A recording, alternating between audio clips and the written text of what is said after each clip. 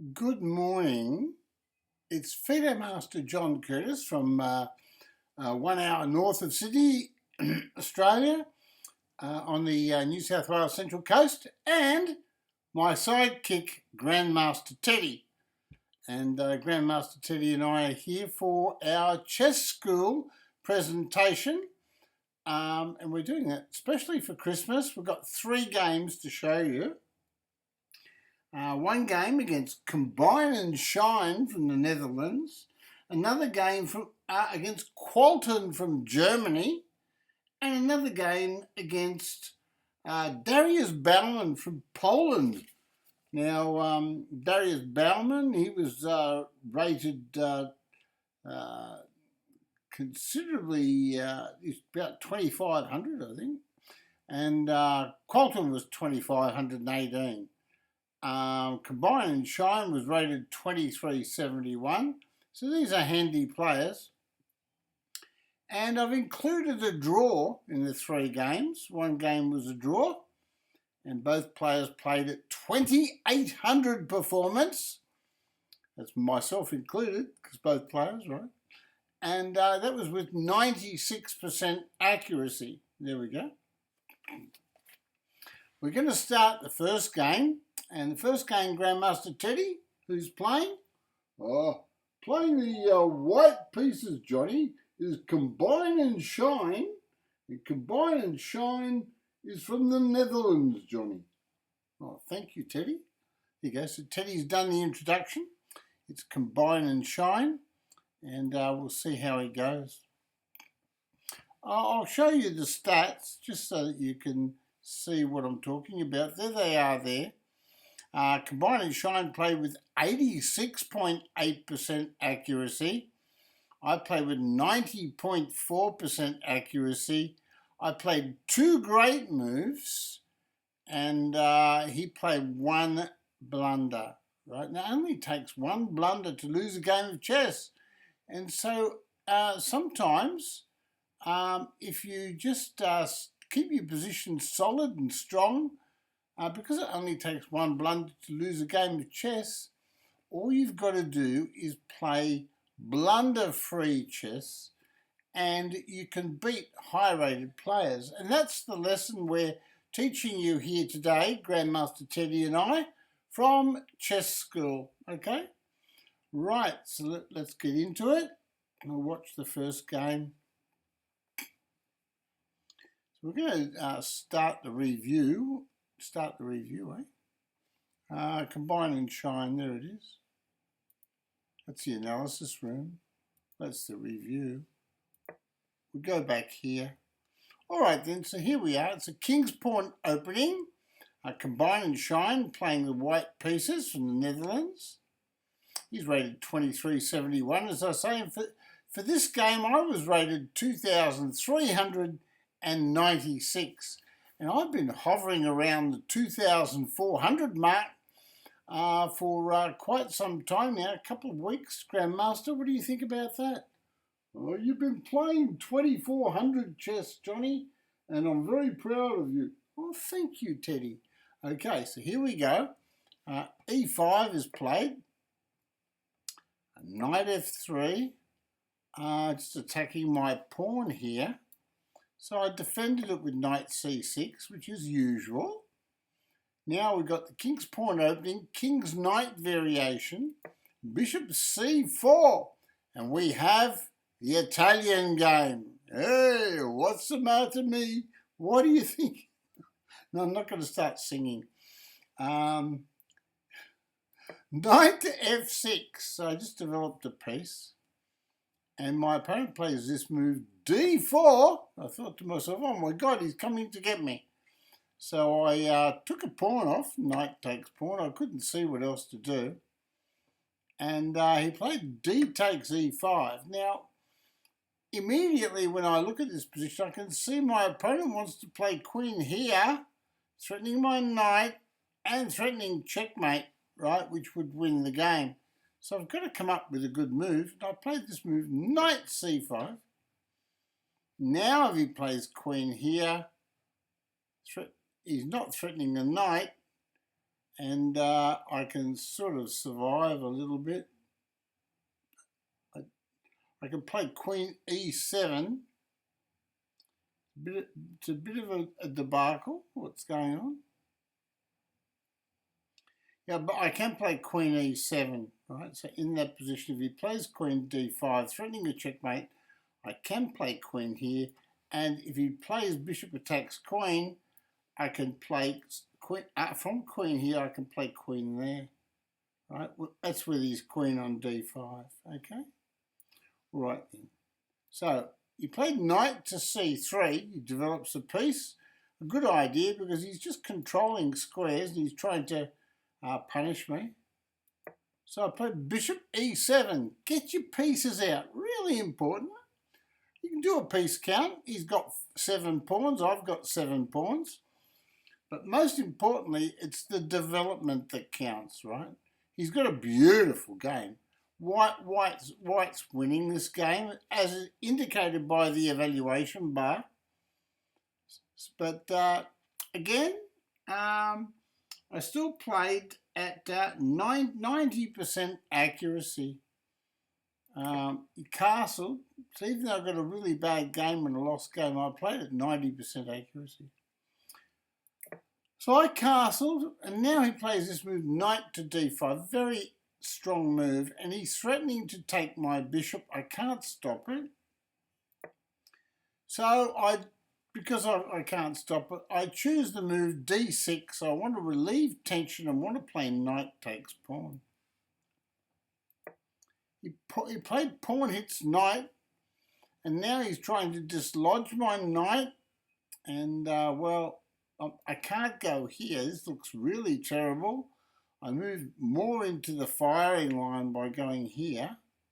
I can play this move, but it doesn't look good. It looks really dangerous.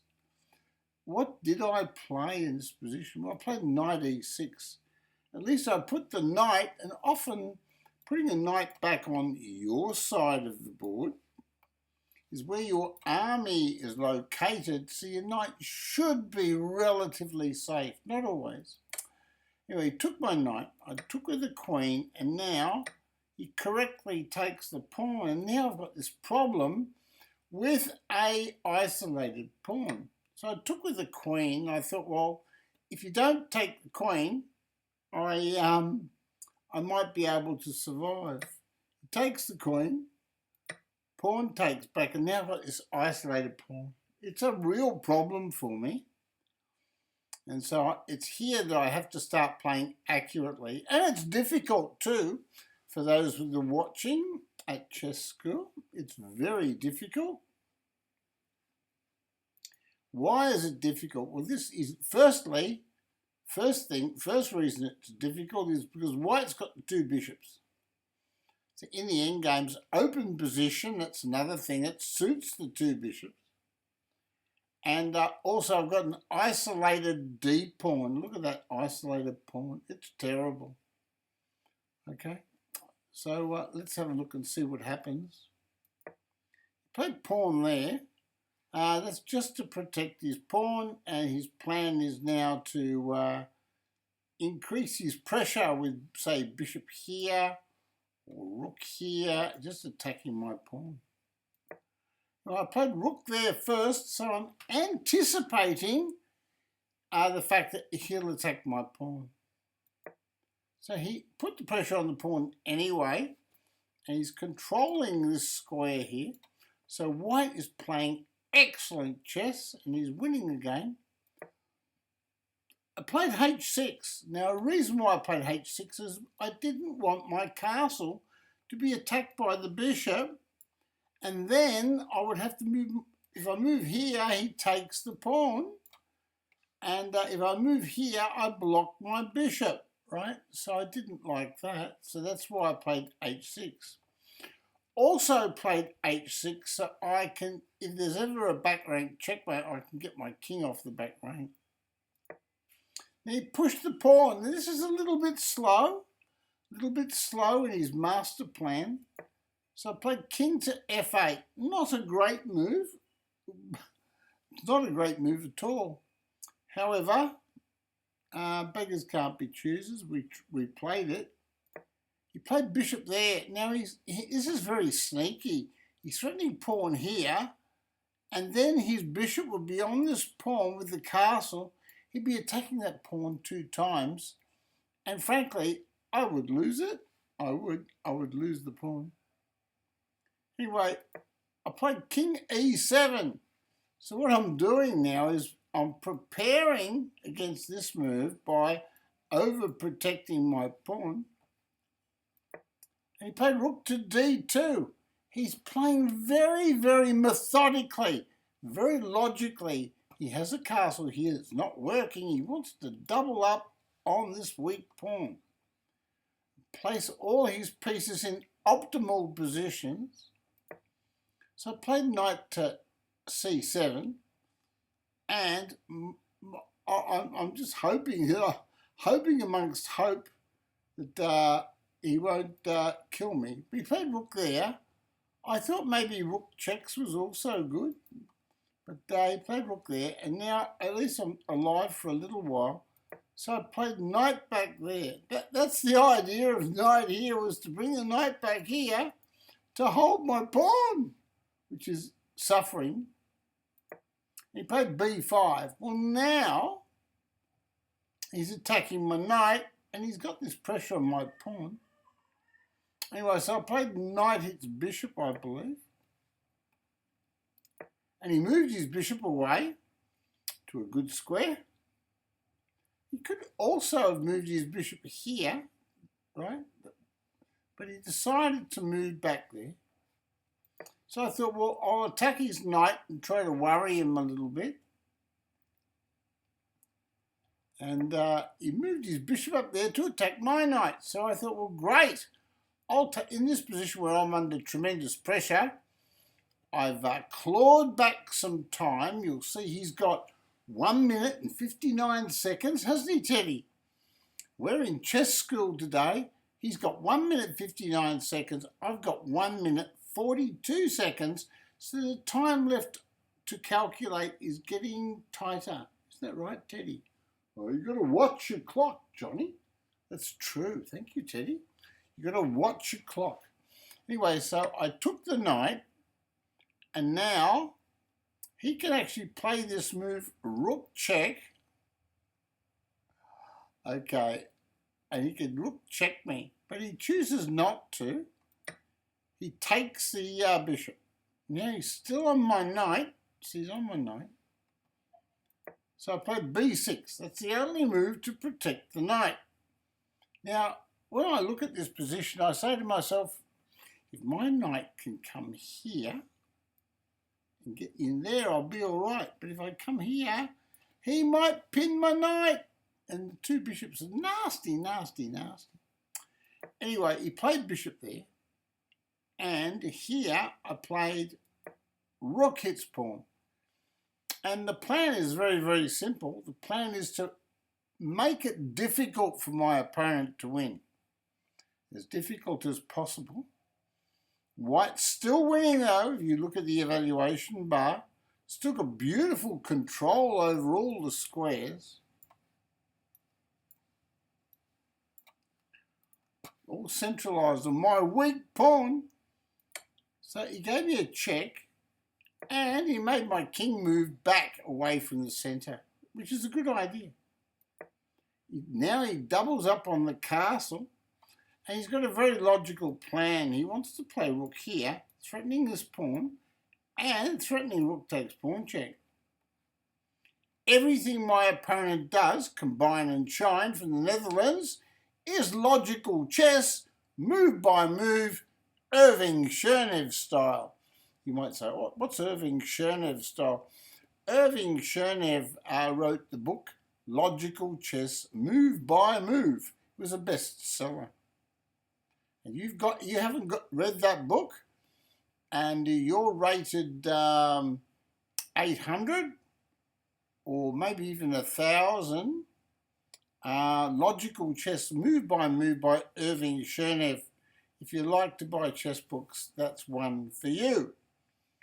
Not quite suitable for players 1800 and above, but Players up to around about 1400. Logical Chess, Move by Move is a good book. Knight to f6 is played. Again, we're attacking his bishop, not giving him time to play rook to the 7th. He moves his bishop back, and here we play rook c7. Why do we play this move? Well, it stops his rook penetrating the position here. Played rook to d1. He's back on the pawn again. He won't leave me alone. So I played the knight back to protect the pawn.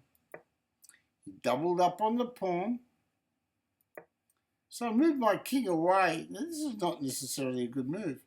King e7 would have been better. Let's have a look at king e7 to protect the pawn. I think that was a slightly better move. Anyway, we played king here. I just want to get off this pin. I'd do anything to get off the pin. Now, the reason why, if he takes the pawn, I can go takes, takes, and rook takes pawn. And I think he'd be winning. Now, he played king there. I played g5.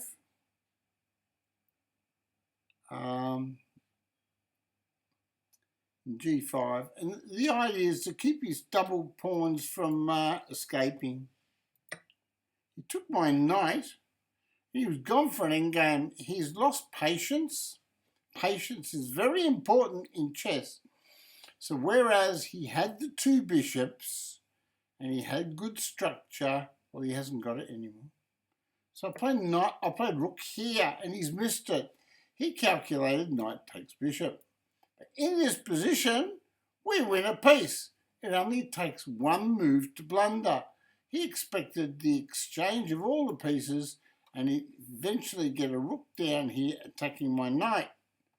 And he miscalculated. So he played bishop to d5.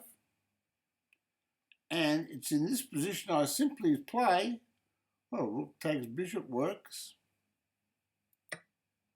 Knight takes bishop I played, and it's a free piece, and he resigned. Of course, if he takes the knight, I can just play rook takes bishop.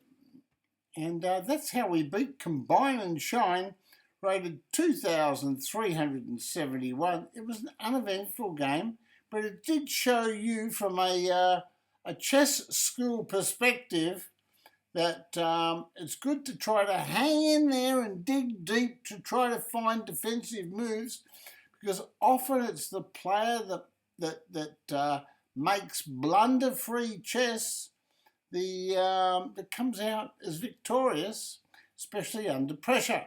Okay, and as you can see, my opponent, he ended up with only 4.6 seconds left on his clock. Now what we're going to do, the next game we're going to look at is a game against, well, I might show you the draw game, and we'll show you the violent game last against Colton of Germany, okay? So we're going to look at this guy now, Darius Bowman. And Darius Bowman is rated, he's over 2,500, I think. No, he's not. I'll find out. Well, we both played at 2,800 performance. That's right, we both played at Grandmaster level, Teddy. Hey, isn't that good? Oh, not like this Grandmaster, Johnny. I'm rated 4,000. What, you're rated 4,000? You were 6,000 last week. Just 4,000, Johnny. Okay, all right, Teddy. I believe everything Teddy tells me. Right, so we're watching the game now. Darius Bowman. Darius. I want to wish you all a very, very Merry Christmas and a Happy New Year in case we can't get another video out. I'll try to get one out. Here we go. So we're looking for Darius Bowman. It was 96% accuracy. Where is that? Where's young Darius? Here he is. Darius is rated 2,424, hails from Poland. Darius played at 96% accuracy. I played at 96.1. There you go. I played at 96.1%. Don't forget the 0.1. And position, the game was a draw. Darius from Poland. Here we go. I think it was a conqueror, and his name was King Darius. But he wasn't from Poland. Right, here we go. This is the game. All right then. So it's the English. We open with the English opening. I'm choosing this because at the time I was rated 2,401, and I didn't want to lose my 2,400 rating, did I? No, I did not. As a matter of fact, you know something? My friend Marshall really liked this game, so you probably like it too. Okay, Marshall said that Marshall's a fireman. Marshall's a fire chief. See his little fire hat? It's Marshall's fire hat. And that's why they call him a marshal, right? Anyway, I had to put out the fire of Darius Bowman, and I'll show you how I did it. E6 is played. It's the Agincourt defence, right? We all know about the British Battle of Agincourt. D4. You can still go over there now and walk around where the battle took place. You probably end up, if you're allowed on the private property, you probably find some ancient piece of metal from the battle. D5. It was a big battle, the Battle of Agincourt. Knight to F3, knight to F6, knight to C3. So you might notice I put my knights on F3, on the F3 square, knight on C3, and with your pawn on C4, it's an ideal setup. So now they call it the English opening Anglo-Indian Queen's Knight, whatever it is. Bishop E7 is played. And why would Black play Bishop E7? Chess school learners, followers, and chess friends. Well, he's making that move so he can castle, complete his kingside development. We choose Bishop G5. Now, the other move, we could have tried to protect our pawn with pawn here. However, that would have blocked this bishop. If the pawn was there, we can't get past the pawn. We can't get our bishop out. So we play bishop there because we also want to bring out castle. We get our castle working. He castled, so we played E3. And now white's got all the minor pieces on good, fluid, complementary squares where the pieces can interact with each other, right? He played knight b5 to d7, and we have the Queen's Gambit declined, the orthodox defence, right? It's very religious, isn't it? You've got the Christian church, you've got the orthodox. No, I don't know. Orthodox just means it's the basic sort of opening, you know, the orthodox. Okay, rook c1, c6. And now what Black's doing by playing pawn here is he's getting this little pawn chain shaped like a pyramid, upside down pyramid. Getting all the pawns to protect each other. I played a3 mainly to stop this kind of bishop b5 move. He played rook e8, and I took his pawn off. I did have a choice here. Bishop d3 is a good move, so I could have played bishop d3. Bishop d3 I think would be a better move. I took the pawn, and you can see I lost a bit of initiative there. According to the evaluation bar, bishop d3 was a better move. Right, he recaptured with the e pawn, and correctly so, because he wants to exert pressure down the E file. So I played bishop d3 because I could see he wanted to plonk a knight here, which is logical, and he did. So I took his bishop off, and he recaptured with the queen. Now, in this position, I played this position mainly to take advantage of this bishop, but as the bishop's going to be on the outside of the pawn structure, black's got a very good game, but white's still better according to the engine, but not much. I played bishop takes knight, and engine didn't like my move. Pawn takes bishop, and then I played knight to d2. And here, my opponent played f5. Well, it's not the best move. A better move would have been, I think, just knight to f3. Or maybe queen to g4. Threatening that pawn. Queen to g5, sorry. Threatening that pawn. But he played pawn there, and now he's actually helped me a little bit because he's got his pawns on white squares and he can't get his bishop outside of the pawn structure. So I castled. I thought, well, I'll just sit there and hope for the best. And he played knight to f6. Well, it's a logical move. And he's got moves like knight here with the idea of queen here, threatening a checkmate. And he's got ideas of bishop here and plonking the knight there. And so I played knight c4 because I thought, oh, if he does go here, I can always take the knight and play knight there. But he correctly attacks my knight, so I moved in there. And now he played knight hits knight. And I thought, well, okay, I'll take it off because I wasn't happy with my position. I'm not happy with it. It's mainly because I can't seem to find a way to win it. This is where you've got to be really patient in chess. You've got to remember my opponent's rated 2,424.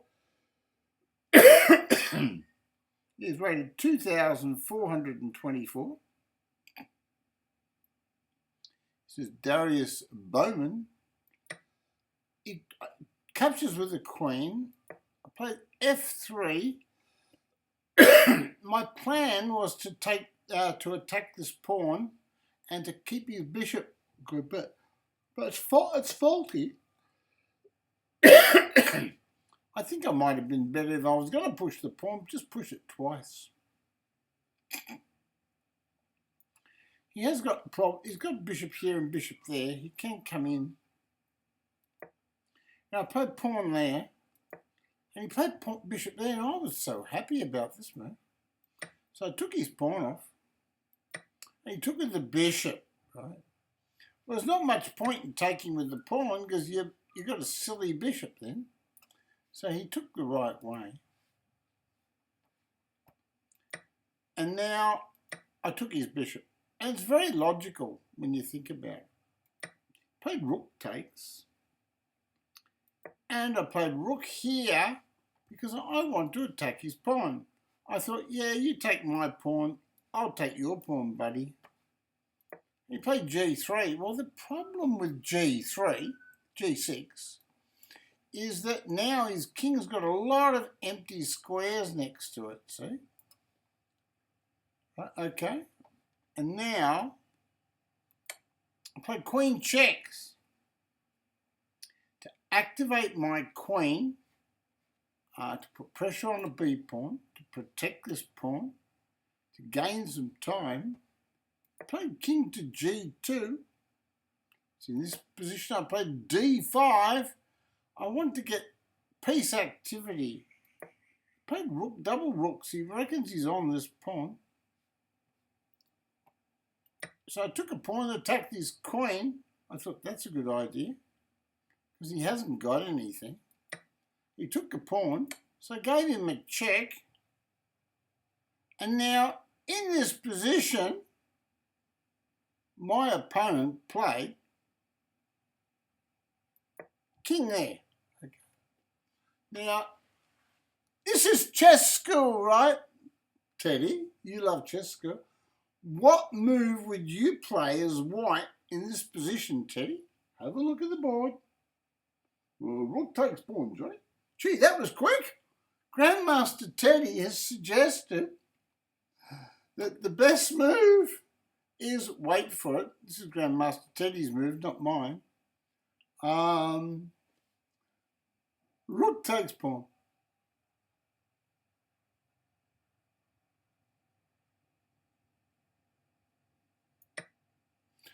Now, the reason why GrandMaster Teddy suggests this move is this. If pawn takes, you play queen check, king must go here, you play rook takes pawn check, and if the queen doesn't take the rook and you lose the queen and the king comes here, that's checkmate. How's that? GrandMaster Teddy saw it straight away. Let's go back and have a look. But I missed it. I had 2 minutes and 13 seconds and I didn't examine all checks and captures. So I played rook takes pawn. Silly me. Played rook takes pawn. So I played queen to f6. In this position, he played rook hits queen. So I gave him a check, and that's the best move on the board. Played king back, took the rook. And that's the best move on the board because I checked it out with the AI intelligence. He played rook takes rook, and now it's my move. And I played rook e1, and it's the best move on the board because if anyone wants to win this position, it'll be white. White would like to win. White's got an outside pass pawn. But because white's only got 2 pawns in front of his king, makes it very hard to win. Rook takes, queen takes, and now Black played check. He's on a pawn. However, we've got a really good move here. I'm going to stop for a second. I'm going to pause for a second. And I'm going to see if you can find the best move in this position.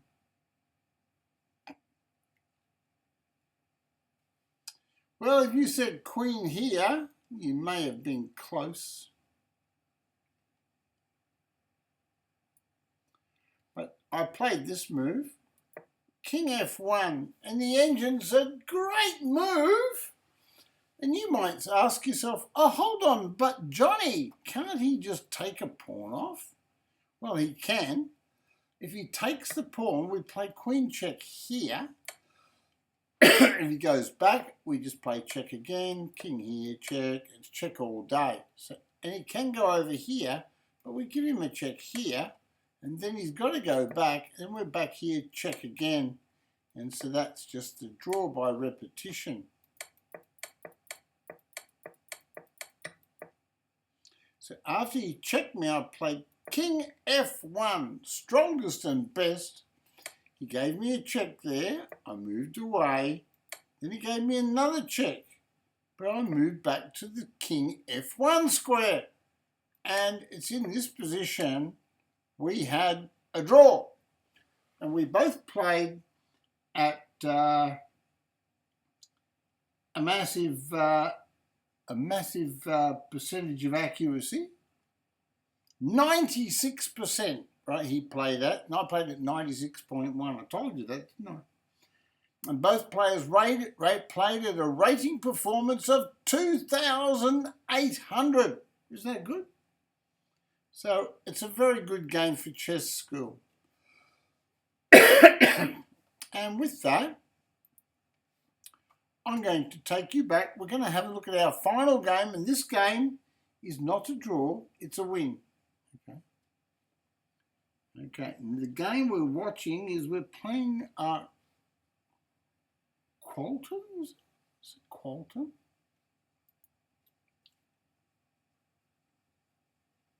Oh, did I show you what game did I show you last? I think it was Qualton. I'm just going to check.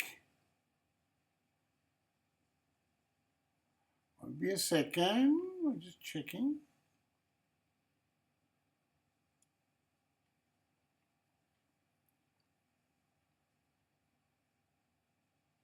Because I especially chose these 3 games for chess school this morning.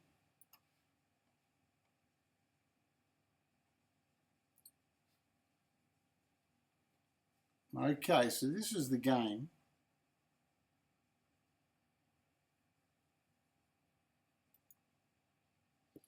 Right, so we're going to look at the game. I'm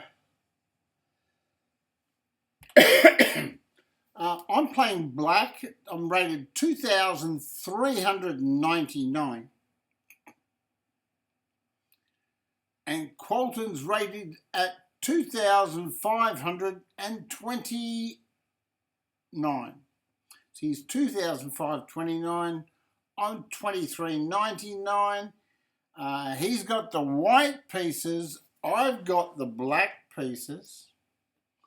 And so with black pieces, I've got to beat 2,518 rated to get my 2,400 rating. That's right. So let's have a look at the game. Okay. Now with Qualton, I played at 94.6% accuracy, and I'll show you. I played at 94.6% accuracy with a rating performance of 2,850. That's right. I'll show you. I always love to show you. There it is. So he played at 86.8% accuracy, which is pretty good. He played at 2,650, but to beat him, I had to play at 2,850. Played 1 great move, 13 best moves. No mistakes. He made 1 blunder. And he made 1 mistake. That's all it takes at this level. So here we are at chess school with GrandMaster Teddy. And we've got little, what's his name's here too.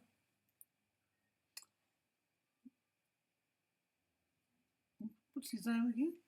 He's from Paw Patrol. Oh, this is Chase. Chase does the chasing. He's a police officer. Okay, so I did show you that, didn't I? There it is, 94.6% accuracy, 2,850, just in case you don't believe me. Some people don't. Right, here we go. We'll start the review. The English is a patient opening, the chess.com coach says, where the c-pawn controls the d5 square without committing to the centre. That's the logic behind it. Can he have a rest? Oh, by the way, I won a snooker trophy this year. I was very proud of that. There you go. So I've got my name on there. You can see there it is there. Got my name on the snooker trophy. It's the Frank Cleary Cup. It's a nice big cup. I've got another one too. So I've been playing chess and snooker. There you go. Okay, here we go. Knight f6 is played. I usually always play knight f6 against these moves.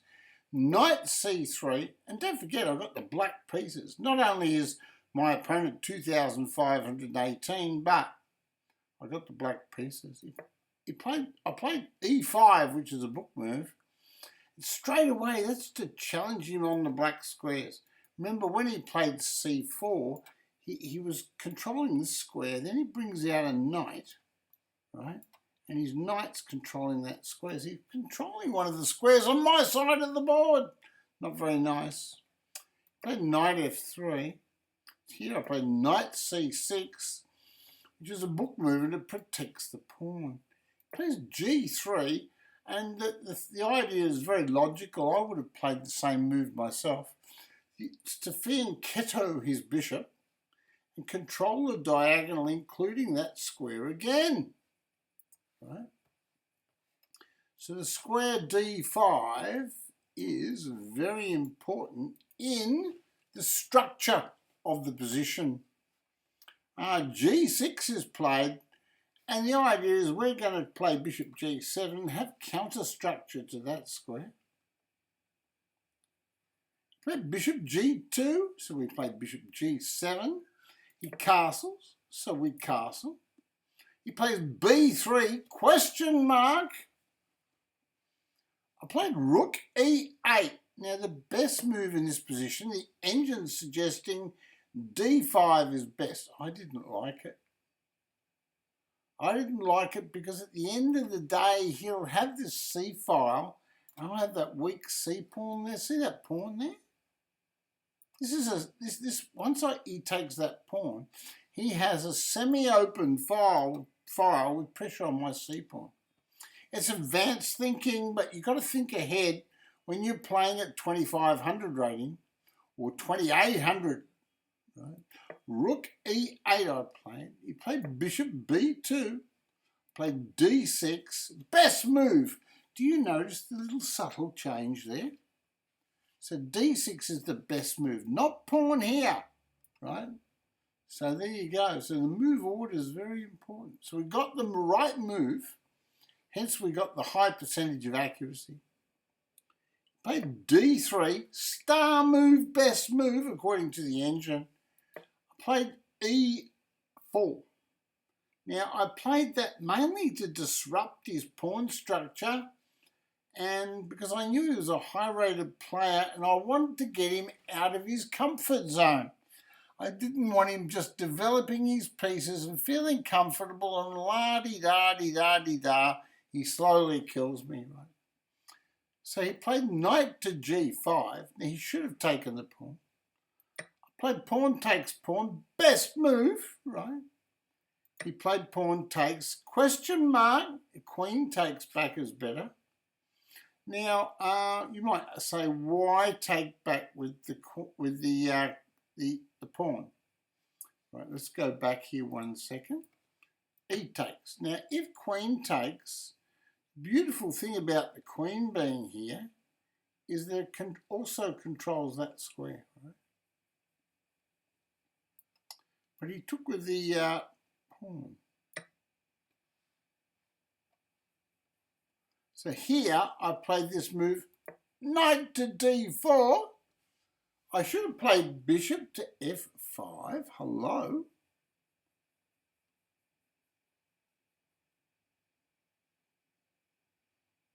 I played knight to D4. Anyway, I played rook to E1. And I thought, that's a blunder. If ever I've seen a blunder from a 2,518 rated player, this is it. So I just took his castle off. He took back, and I simply played knight there and attacked his castle and his queen. So even players rated over 2,500 chess school followers, they too make mistakes, basic mistakes.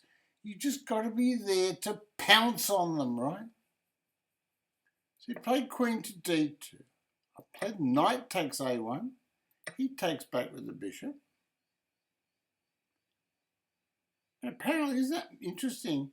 His best move was actually to play pawn there, because the knight can't be saved. Anyway, I played C5, C6 I should say. He played, I should be chasing the knight out. You can see the little arrow. That's not me putting that arrow there on H6. That's the chess engine saying H6 was a better move. Played H4. So we played bishop F5, star move, best move. Do you notice H6, suggested by the computer, wasn't the best move that time? Okay. Bishop F5.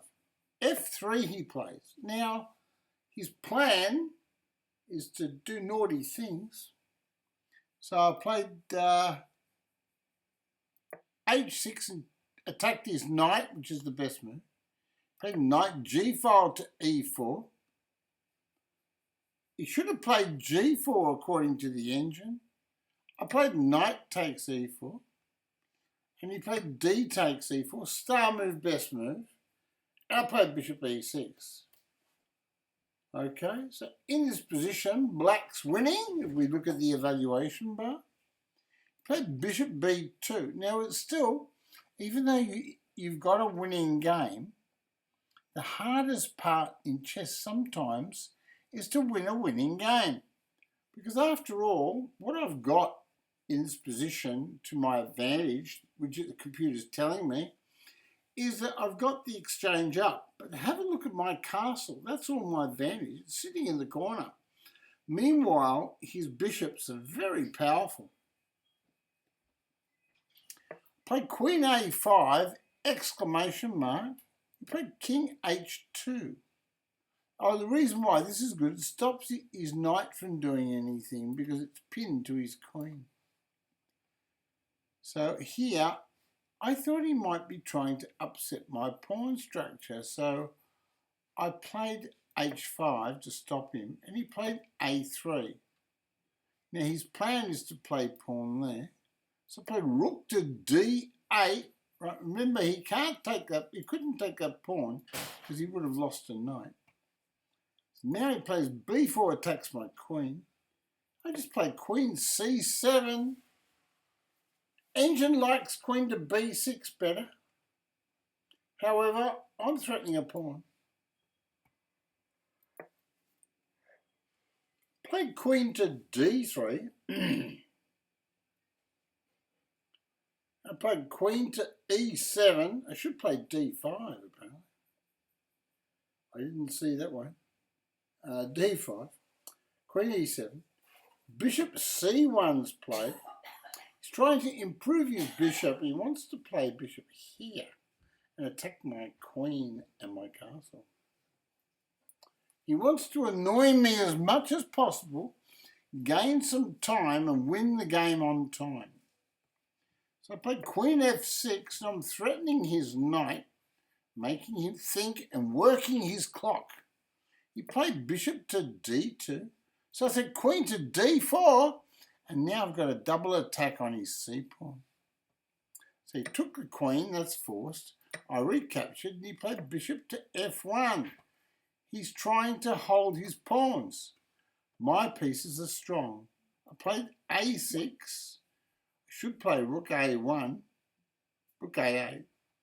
Played king to g2. I played b5, exclamation mark, star move. Well, it didn't give me an exclamation mark. I thought it was. He took it off. I recaptured with the a pawn, best way. Often, most of the time, when you recapture with a pawn, you take towards the centre. As a general rule, if you do that, I'd say about 85% of the time, if you take towards the centre with your pawn, about 85% of the time, you'll be making the correct decision, okay? Knight to b1 is played, and now he's got a problem. Played bishop to b2 and I'm attacking his pawn, protected by his knight, but the plan is to put the bishop in here, attack the knight, so that we can steal his pawn. So he played bishop to f4, which threatens nothing, that's protected. So we went down there and chased his knight, and he moved bishop to d3. So we just took his knight off, and it's in this position that 2,518 rated Qualton from Germany resigned for if bishop takes bishop, bishop takes pawn, and that's basically the end of the game. He could play he could play bishop here and hold the pawn, but I would just play pawn here, threatening the pawn, and then he'd have to take it, and then I'd just recapture. Now I've got two connected passed pawns, and my castle has the open file threatening the bishop. There you go. I hope you enjoyed this presentation on Chess School, and we will try to get one more YouTube video out for the Christmas period. Now, if you would like to support my channel, you can give my video the thumbs up and follow my channel, and you'll get notification of more videos. And if you want to help me with the creativity and general cost of running my time and everything else, well, you can make a payment direct to my PayPal account, which is linked in the video description. So in the video description, you'll see a link to my PayPal account. The other thing that you can do, if you're a chess.com member, when you're renewing your membership, I've got a special code that you can use to go through to chess.com when renewing your membership, and if you use that code to go through, well, I will get some small tiny benefit from when you renew your membership at chess.com. But other than that, just anything for Christmas. I'll take anything for Christmas. So I'd love a PayPal contribution for Christmas. Would be very kind. And with that, I'm going to end my video. I'm going to say Merry Christmas from both me, from GrandMaster Teddy, from Marshall, even one of the Beanie Kids. Maybe there's two of them. That's my son's Beanie Kids. My young son who passed away. There we go. He had the two little Beanie Kids, so I just keep them here. It's a memory of my deceased son. And we've got GrandMaster Teddy, and we've got Marshall. Marshall's fallen on the floor, but everybody loves Marshall from Paw Patrol. Doesn't matter whether you're an adult or a child. Everyone loves Marshall. And so with that, what are the names of the reindeer? I love to say this. What are the names of the reindeer?